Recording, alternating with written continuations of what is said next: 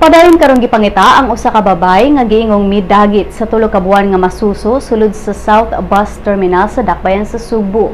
Midangop sa buhatan sa CIDG Central Visayas si Maricel Enriquez, inahan sa bata aron magpatabang sa pagpangita sa iyang anak nga gihanlag Lady Love nga gidagit ni adtong kalag-kalag. Ang suspect nga nagpakaaron ingnog asawa ug konduktor nakuhaan og video sa CCTV camera sud sa terminal apan way bisan usa nga nakaila kaniya.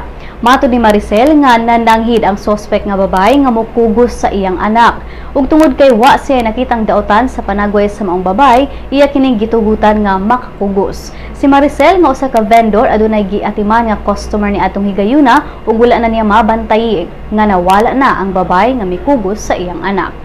Sa pagsusi sa kuha sa CCTV camera sa sud sa terminal, ilang nakita ang babay nga nagkugos sa bata. Gituohang nakasakay na kini og bus paingon sa probinsya.